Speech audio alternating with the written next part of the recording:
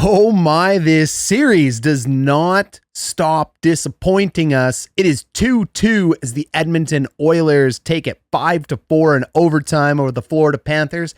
Big game Leon Draisaitl, one of the best players in the world, gets a lucky bounce off an absolutely beautiful one-handed shovel pass that ends up beating Sergei Bobrovsky. And you'll have to excuse me, I understand it's 5 goals, but Bobrovsky made massive saves all night. It is only fitting that junk would go in on that goalie in overtime. The storylines in this game are phenomenal. The storylines in this series are phenomenal. This is the best hockey series we have seen in these playoffs. Might be the best Stanley Cup Finals we have ever seen. It is going right down to the wire. Join me as we talk about all of those things. Probably the most unique is the fact that the team that normally scores the goal to push overtime, like Florida did tonight and Edmonton did earlier, is usually the team that wins in overtime, but it's been the exact opposite in this series. So this is anything but predictable. Whatever you think you can predict, throw it out, throw out the analytics, throw out your thoughts. I see a lot of fans, commentators, people are planting their flags on opinions, and we're going to blow them all up here tonight. The players did the job of blowing up all those opinions, blowing up the analytics, and letting us all know just to sit back and enjoy the ride. But I'm going to summarize all those things for you today. Now, coming into today's game, we all know about the whooping that the Florida Panthers put on the Edmonton Oilers last game. And you heard me say it in the last video. Edmonton needs to adjust now. They have lost the battle in 2 ways. One, they've lost the mental battle last game. They let the penalties get the best of them. They let the emotions get the best of them. Well, the rats were skating away laughing. Oh, I can't do a good rat giggle. It's just not in my DNA. And the big cats gapped up and took away their time and space in the neutral zone. And that if Connor McDavid and Leon Draisaitl couldn't drive the line with speed, because that's how they generate goals 5-on-5, they weren't going to win. What was Edmonton going to do to adjust? And they were this close to disappointing me with no adjustment. In the first period, the Florida Panthers did an absolutely beautiful job taking everything away from Edmonton. They gapped up properly. They laid the body. And they did exactly what they did last game. They got under the Edmonton Oilers' skin. But more importantly, I think Edmonton got under their own skin. You have to be disciplined in this game, and you have to be undisciplined at the right time. There is an art to being a rat. There is an art to being a dirty team. And my first hot take for today, both fan bases need to calm down about which team is the dirtier one. Spoiler alert, I wore the Jets hat here so you didn't think there was an allegiance, because there ain't. I'm just here for good hockey. You both are. You're both equally greasy. You both equally play dirty between the whistles. You take liberties with other people's players. And that's the playoffs. You got to have that edge. If you don't have that edge, I really don't believe you're going to get to the Stanley Cup Final and survive 4 rounds. You also got to get a little bit lucky that you survive the knife edge of the other teams that are pushing you as well. Both these guys are the best at it. So calm down. Let the players settle it. They will settle it. And just enjoy the ride. Both teams, equally the same amount of grease. But it was Edmonton in the first period that was undisciplined enough for a high sticking, a tripping, and a high sticking. These aren't tone setting penalties for referees. Tone setters are boarding, cross checks, roughing. The big physical penalties are going to set tones. High sticking, tripping, and a couple other little calls like that just have to be called.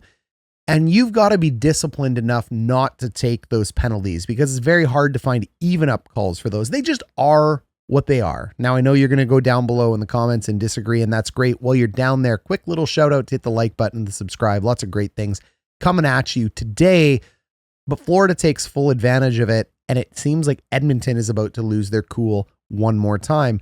We go into the second period, and there's a change. This is the second big storyline. Everybody's going to talk about the pulled goalie, Calvin Pickard coming in, Stuart Skinner sitting down. And there's a secret to this, guys. The secret is this. When a hockey team, and you guys know this if you've played hockey, when your starting goalie is pulled and the backup guy comes in, especially if you've played high level where it's not an even split of goalies. If you played house league, even some versions of AAA, it's usually an even split. But once you get to the level where wins matter beyond feelings, you pull for that backup, and that backup grinds all year with you. They're happy to be on the roster, but they're taking every shot in practice. The starting goalie doesn't take those shots and warm up in practice. It's the backup goalie. No way you're going to lose the starting goalie to this. Optional skates are not optional for backup goalies. Nothing is optional for backup goalies. They're great team guys. They're good in the locker room. Everybody loves them. But you know deep down somewhere in the back of your noodle, your old hat rack there, that they're just not as good as your starter. That's a fact. Calvin Pickard is not as good as Stuart Skinner. Tonight, he was better. That's why you have two goalies. That's why goalie changes matter. It's all about riding the hot hand at the right time.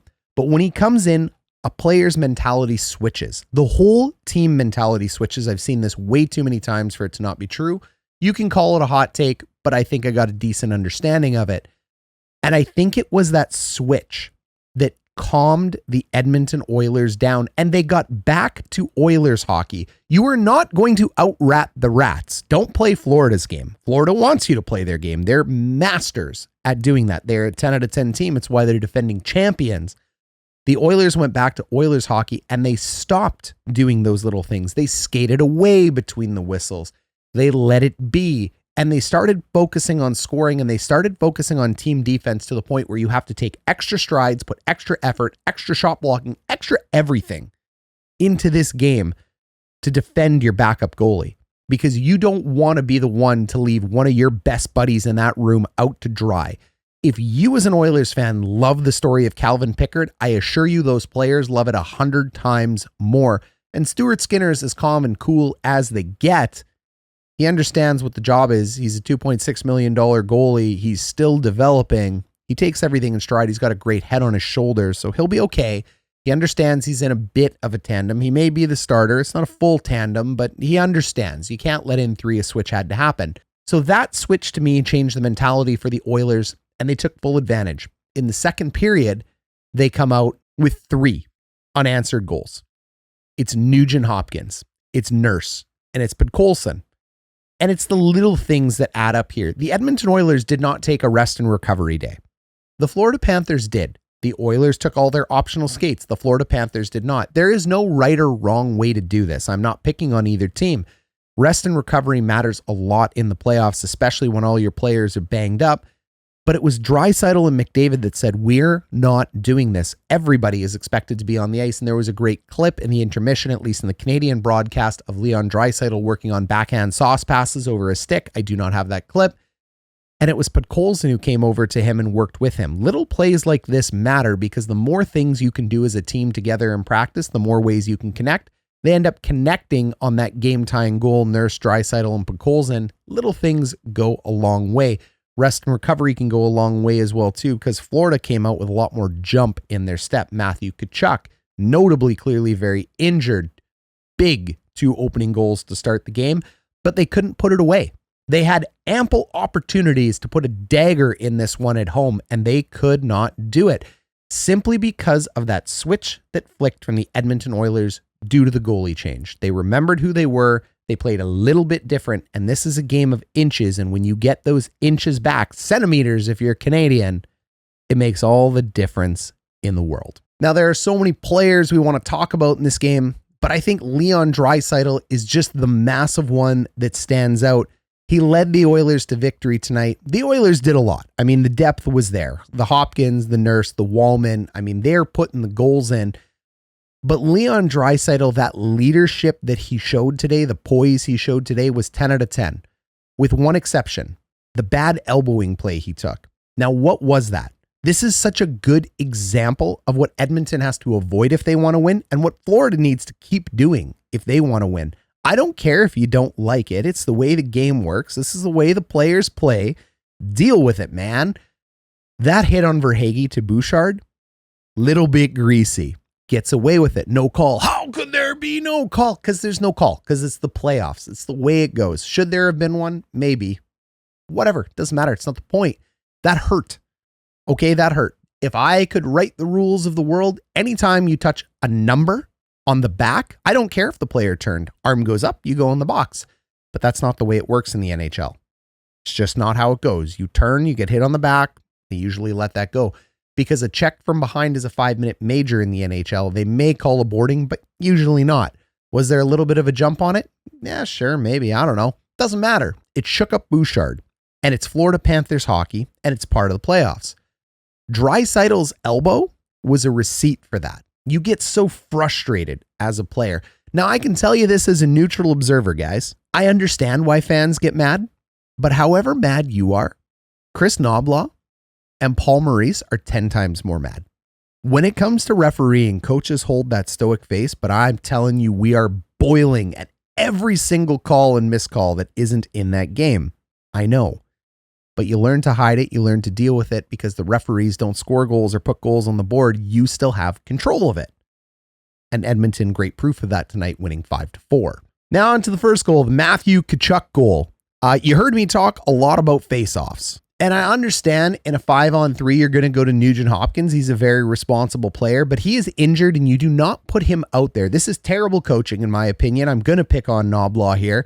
You don't put him out there against a monster like Alexander Barkov on the draw. That is wild. You need to win this draw. The only way to kill this off is winning the draw. You do not want to be in a 1-minute piece, but you put him out there. You only have lefties. I'm not sure why it wasn't Draisaitl. I get it. He doesn't kill penalties like these guys do, but you need to put out your best draw guy. As that puck is won back to Matthew Tkachuk, it's obviously an easy tie-up.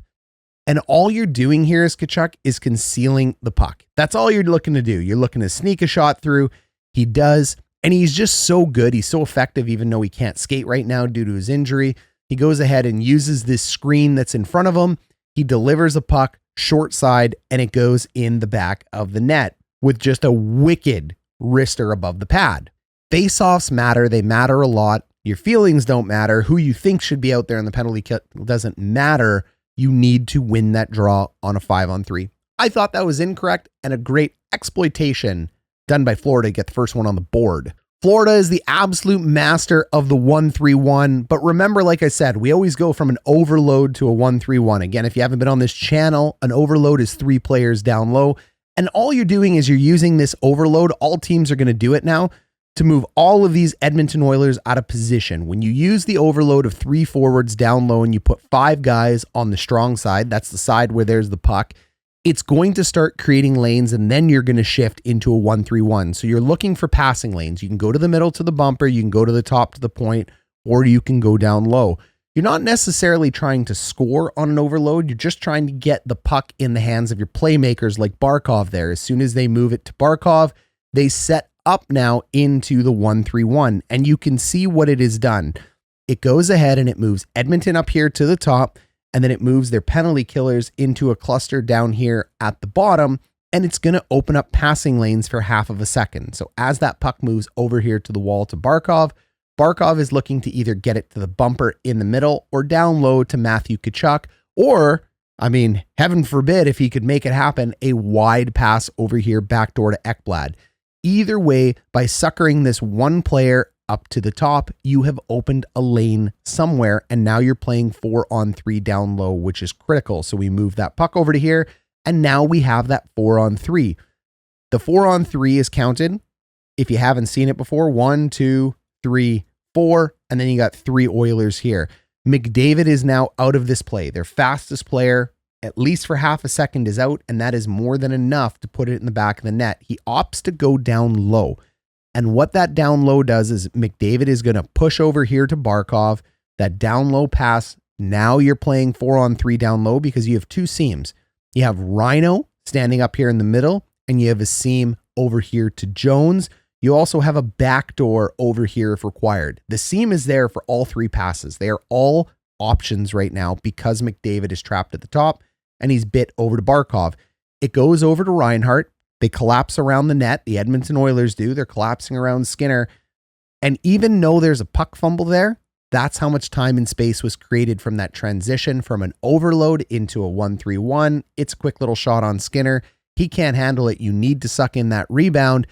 And nobody is watching the back door. Like, I get it. There's a shot coming and defensemen and forwards want a shot block these days, but somebody has to tie up the guys going to the back door. They don't, especially a guy like Matthew Tkachuk. He puts it in the back of the net, just way too easy. And I make that sound really simple, like every team can just do what the Florida Panthers just did there, and at the NHL level, they should be able to. But the micro nuances about being able to move that puck quickly, understand who you're baiting, They fool the best player in the world and they get him out of position just long enough to exploit it and put it in the back of the net. Phenomenal power play. If you remember anything from this, we go from overload to 1-3-1. We want our best players to touch the puck in the overload, and we're only using that to open up lanes. So when we eventually get into our 1-3-1, we can do some damage for a split second. But you better make those passes count. Goal number 3, Verhaeghe and Rhino. We've talked about this all series as well too. So again, if you're new, welcome. Florida plays 5 strong guys up the strong side. The strong side's the side the ice is on right now, or the ice is on. The puck is on. The ice is everywhere. It's late. It is Rhino and Verhaeghe playing pitch and catch on this side. There is no wide play here. Florida does not look to stretch to an F3 that's over here. They just look to carry 5 up the same side, and they will chip and chase. They will dump and chase. And this is very effective, especially in the playoffs where time and space are at a premium. This is such an interesting little play. Verhaeghe moves it over here to Reinhart, and Reinhart waits. He's just going to grab the line, and he's going to do a soft little chip into the zone. Now, you've heard me talk about these chip into the zone before. You need to put them into 2 places, either the corner here or the far corner that you can't see. You cannot leave it behind the net. If you leave it behind the net, the goalie can play it, and the goalie is far too effective these days to play that. So as that puck's going in, Troy Stecher goes to do a little bit of reverse. Darnell Nurse is calling for it. He knows he has nothing but time. Defensemen practice this hundreds to thousands of hours in their career. This should be a very simple play, but the playoffs is not a simple place to play. Backhand it over to Nurse and you're out. Now, if I'm Nurse, I prefer him to be closer to the dot here because then he can puck support. He's stuck along the wall. That's not the end of the world. Like, Nurse didn't cause this. But I think being stuck along the wall is one of those micro nuances as a coach. I don't like you to be there because if an accident happens like it does, you are now completely out of position, but it shouldn't happen. I mean, you should be able to reverse this one quite simply, but Stecher hasn't gotten regular playing time. I get he's got an A, he moves in, and you've got a really fast player on Verhaeghe against you. And Verhaeghe, he's low-key dirty, but everybody is. It's the playoffs. He hits a little bit high. He gets a little bit too aggressive. And could this have been a call? Sure, whatever. You can think it's a call, but it's just the playoffs. Nothing's ever a call. You never get the calls you want. And Verhaeghe exploits this with all his speed. Just an absolutely little bit of a high hit there. The stick catches the mouth there of Stecher. Again, no big deal. No crying in the playoffs. He's able to pick it up. And remember what I said. Nurse over here on the wall. Nurse is over here trying to cover it up. If Nurse was at that dot, like I had said, he would have been able to take away a pass like this. So if you get no benefit from being on a wall, like Nurse doesn't, but you get some gain of being in better defensive side positioning, why wouldn't you take it? They step in. Anton Lundell puts it in the back of the net. Skinner gets pulled on that one. I don't think that one's on Skinner at all. I don't think the first 2 are on Skinner. It's very difficult to pull them. Remember, Peter DeBoer pulled his goaltender, cost him his job. You pull at the wrong time, that can be the end of it. So because Edmonton wins, Knoblaw looks like a genius, but it's also a high risk, high reward play, especially considering 2 of those goals were on the power play, which you can't blame on a goalie. And any puck, literally any puck that goes from low to high, that is one of the hardest saves for a goalie to make. This is a brutal angle change for any goalie. I never expect my goalie to get one of those. I think that's a team defense play, but hey, Knoblaw knows something I don't. Edmonton punches back and the referees say it's time to even it up. It's on the power play. You guys are about to see something circa early 2000s, mid 2000s called the umbrella. The 1-3-1 is not the umbrella. The umbrella is not the 1-3-1 for you hockey nerds out there. Don't worry, I'll explain it to the rest of you.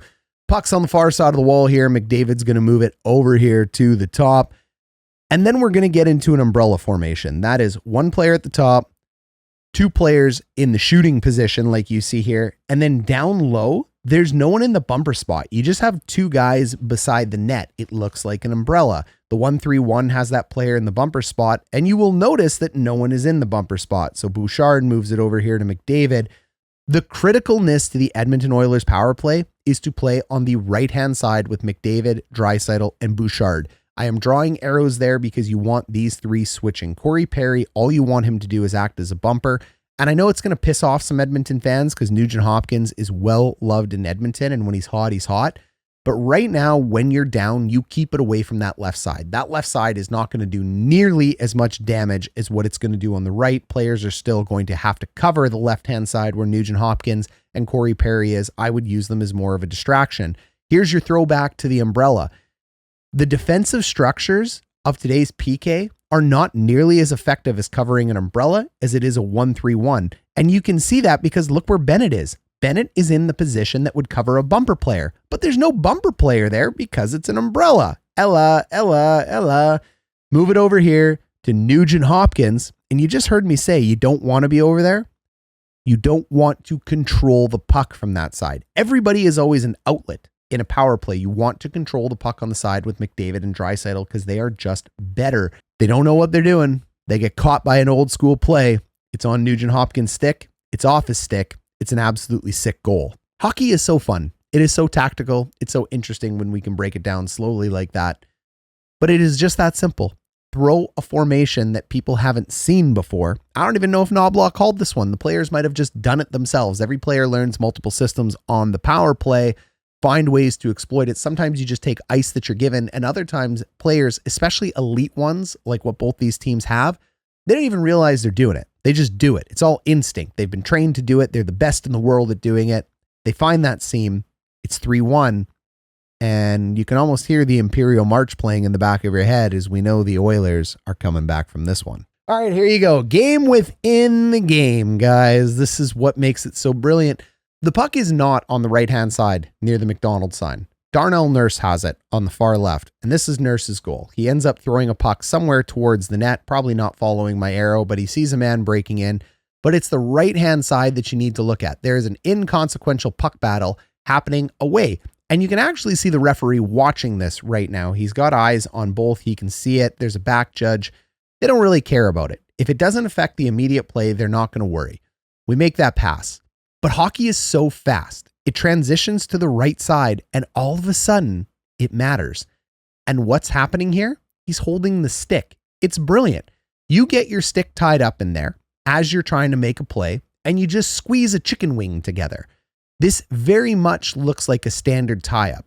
And at this point in time, it's not going to get called, and it's actually going to lead to the goal. So this little tie-up does not allow the Florida defenseman to be able to pick up the puck, and look at him use the body position on it. It is just brilliant. It went from a useless play that a referee said, you guys battle it out, I don't care, to an absolutely tactical play where at this point in time, you've created enough time and space and you've completely boxed them out. And look, he still has the stick in his hand. And look at that battle. He takes 3 of them with him. Unbelievable work there by Edmonton on that little stick hold. These little things go a long way. Grease doesn't have to just be hits that are too high or elbows at the wrong spot. It can be tactically used at an absolutely beautiful time. You get it out here to the point. You move it down low to Darnell Nurse, and Nurse is going to score from an absolutely terrible angle, but good hockey players are good hockey players. I know that's controversial because I'm talking about Darnell Nurse, but the man was still a high draft pick. He's still a $9 million defenseman, so think what you want. He can still play the game. He puts it in a spot that is very tough to score on, and it's in the back of the net. The game within the game. Can you outthink your opponents? Can you hide it just enough from the referees that you can create a scoring chance from nothing? I love it. Goal number 3 to tie it up. It's Draisaitl on the draw. This is the guy you need. Draws matter. You need to win at the exact right time. Beautiful play. This is going to be what's called a high-low. So Florida has done this and scored multiple goals on it. You have one player coming high and one player going low on the wing below Draisaitl. You have options on this play. You can pick up the puck yourself as the winger, or you can leave it for your defenseman. They're going to leave this one here for Darnell Nurse.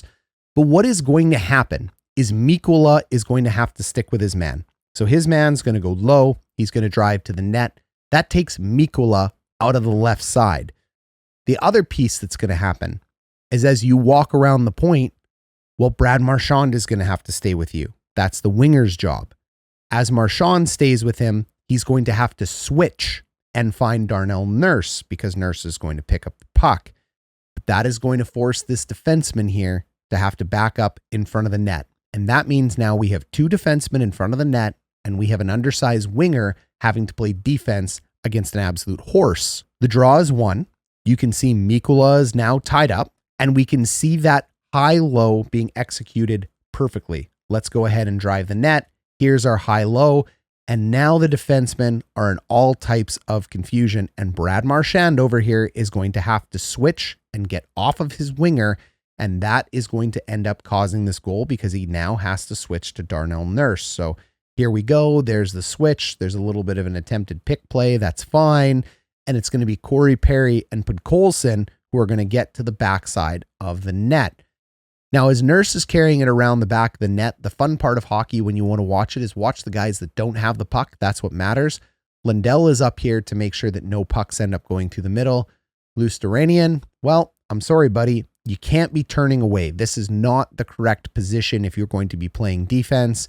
You can't be making circles like you're making, but this is what a high-low draw win does. This is why winning the draw matters. He needs to stop, start, and get towards the net. You can't be looking backwards at yourself at this point. You're completely useless. Post turtle, as we call him. Nurse goes out, it sneaks out, and it's Podkolzin who ends up releasing. And it's all because of the confusion caused on this draw. Podkolzin releases, ends up beating the goaltender. Beautiful play by Draisaitl, Nurse, Podkolzin, Corey Perry, and that is a set play from a coach. What Darnell Nurse did, just shoving it in front of the net, not really a set play, just an instinct play, but we don't get to that without that high-low switch, and we've seen Florida exploit and score specifically the Lundell and the Marchand line, and it happens back to them with Draisaitl, Perry, and Podkolzin because Knoblaw likes to put his team into a blender. Lines don't matter. Goal number 4. This is a battle you have to win if you're Florida. You were 2-on-1 behind the net. You got Mikula in front. There's absolutely no puck support. You need to win this battle. This is also line 1 playing against line 3. You can't lose this matchup this late in the game. They end up winning the battle. They move it over to Alexander Barkov, and I have been doing nothing but singing Barkov's praises all series. People have been highly critical on him, but this goal is on him. The puck ends up kicking up to his stick, and you can't allow this puck to be taken away, but what a great job by Kasperi Kapanen stepping in. Amazing stick on puck there. They end up picking it up. Kapanen's going to move it over to Jake Walman. Ryan Nugent-Hopkins, stick on puck. Holy crap. Kasperi Kapanen, Nugent-Hopkins, Matthias Janmark, number 13. Matthias Janmark. We got there. It's late. We do these breakdowns immediately after the game. Sometimes you get fired up. Beautiful stick on puck by Matthias Janmark that allows Kapanen to pick it up. Nice little stutter step. They move it over to Walman for a big one-timing boom on the short side. Congratulations, Jake Walman. You have settled your emotions down. We're over punching guys in the head and we're into playing solid defense and putting shots on net.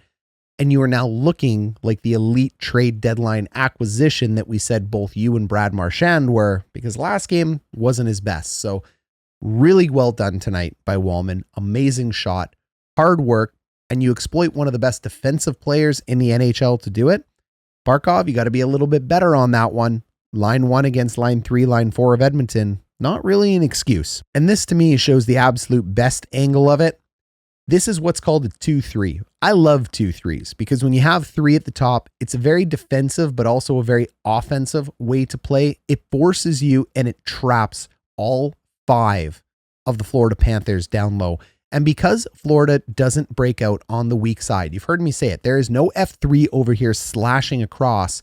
There's nothing they can do. They can't back pass this and rim it around the boards. Nothing. So the 2-3 becomes a very highly intelligent system to run at this time.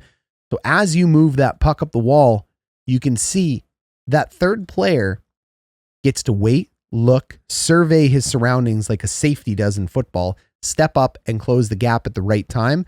And when you're playing defensively, Edmonton is playing defensively right now. They don't have the puck on their stick. They're on defense. It doesn't matter if it's in the defensive zone of Florida. It's who has the puck.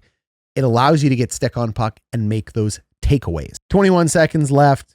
Tkachuk over to Reinhart, buries it, going to overtime. And in overtime, you've heard me say this before, do not let the Edmonton Oilers neutral zone regroup on you. From Bouchard over to Ekholm. Neutral zone regroups are an absolute nightmare. If you're the Florida Panthers, you're tired, you have the far change.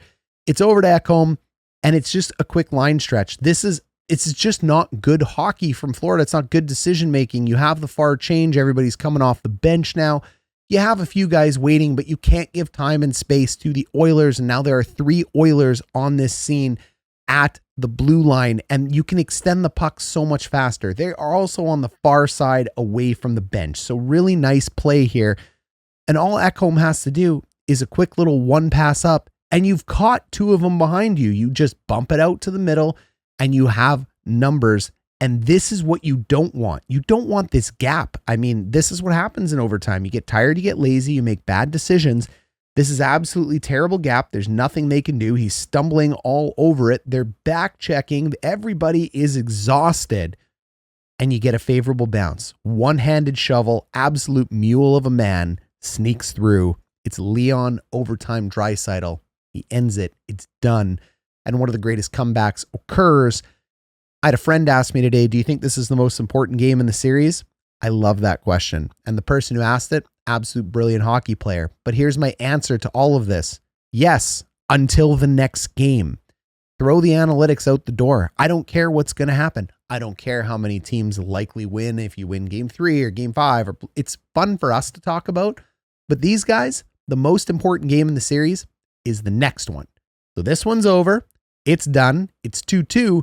The most important game is now game 5. And after game 5, because it's a non-deciding game, people will talk about how important game 5 is.